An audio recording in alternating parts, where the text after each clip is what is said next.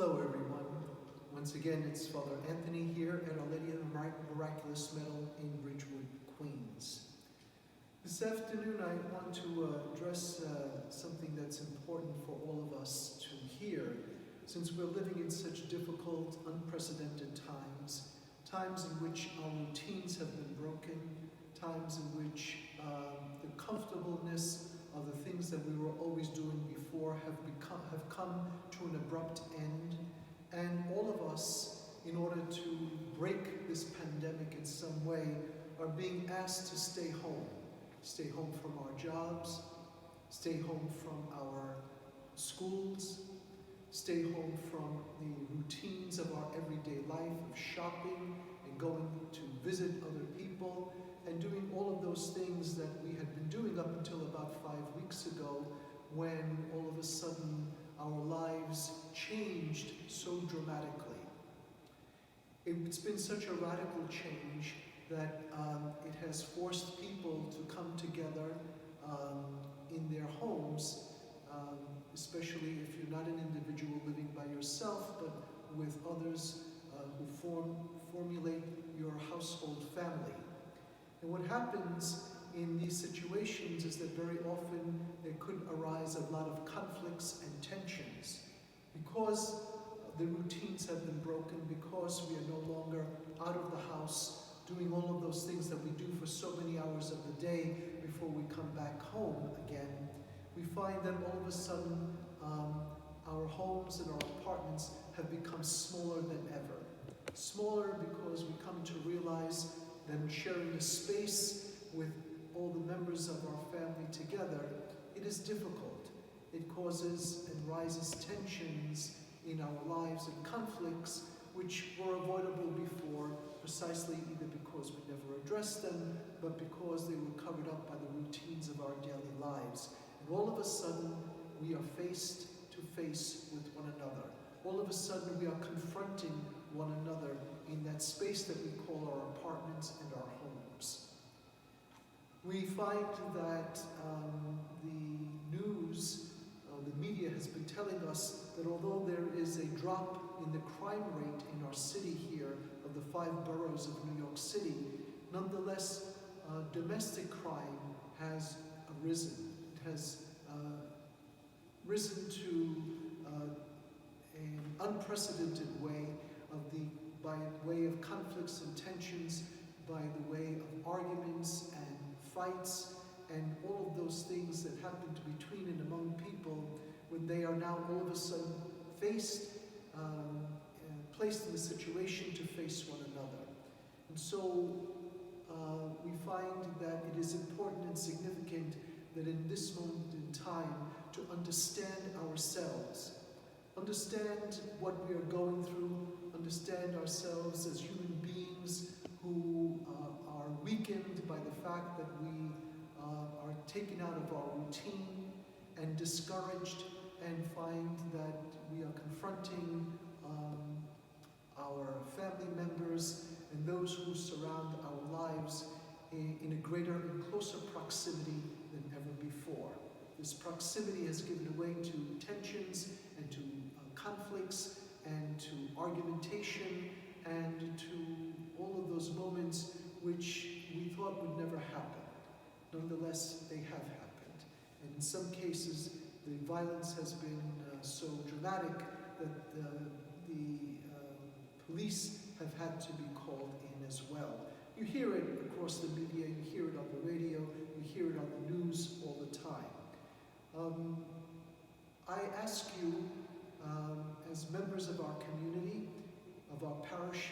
community, our spiritual family here at Miraculous Medal, to make the basis of your lives together in our time as peaceful as can be. As much as has been able to allow yourselves to take on new ways of living, so you must also take on new ways of relating to one another, new ways of coming together to talk and dialogue, new ways of spending time together leisurely, and new ways of coming together in time, even in terms of prayer. Because prayer brings peace, and peace brings a sense of the presence of God in our lives, who is the basis and the foundation of everything that we say and do. And so, my friends, I encourage you, if you're experiencing conflicts or tensions, if you're experiencing arguments between and among members of your family, in which all of us are part of and are in much closer proximity than ever before, living together in an apartment or in a home, I ask you to please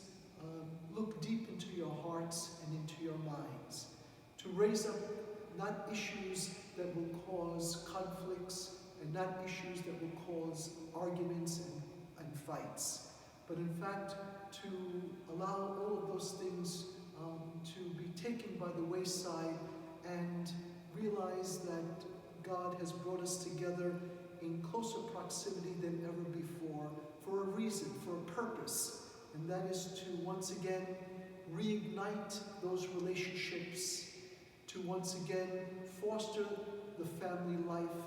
to once again find a new level of deepening our sense of being with one another, and allowing it to be a time not of conflict and tension, but to be a time of peace, of dialogue, of continued speaking to one another in ways that help one another in these very difficult times. I know it's not easy. I know that it's always a tension and conflict that can, in any moment, be sparked. But I ask you to, once again, pray for the grace of patience, to pray for the grace of harmony, to pray for the grace of knowing that God's Spirit resides deep in your heart and in your household, and that the community of the saints are with you as well. Certainly, we hope and pray that soon this will be over, that we can be restored to the lives that we had before. But until then, we have to know that we as human beings are called to be truly the presence of the Lord to one another, and to pray with one another and not be embarrassed to do that, even to make the sign of the cross together as the only thing that will allow you to understand, and the members of your family to understand, that you are called to a greater commitment of love among each other. That sense of love, that sense of affection, that sense of goodness, that sense of peace, that enduring presence of the Lord that allows us to understand each other in better now than ever before. And so I ask you, my friends, to allow yourselves once again to listen attentively to the voice of the presence of the Lord in your conscience and in your hearts, and to extend to one another a sense of charity, a sense of love, a deep and abiding affection for each other, just as much as the Lord God has affection and love for each and every one of you. May God bless you and keep you. May He deliver you from all evil and bring you to life in Him each and every day, forever and ever. Amen.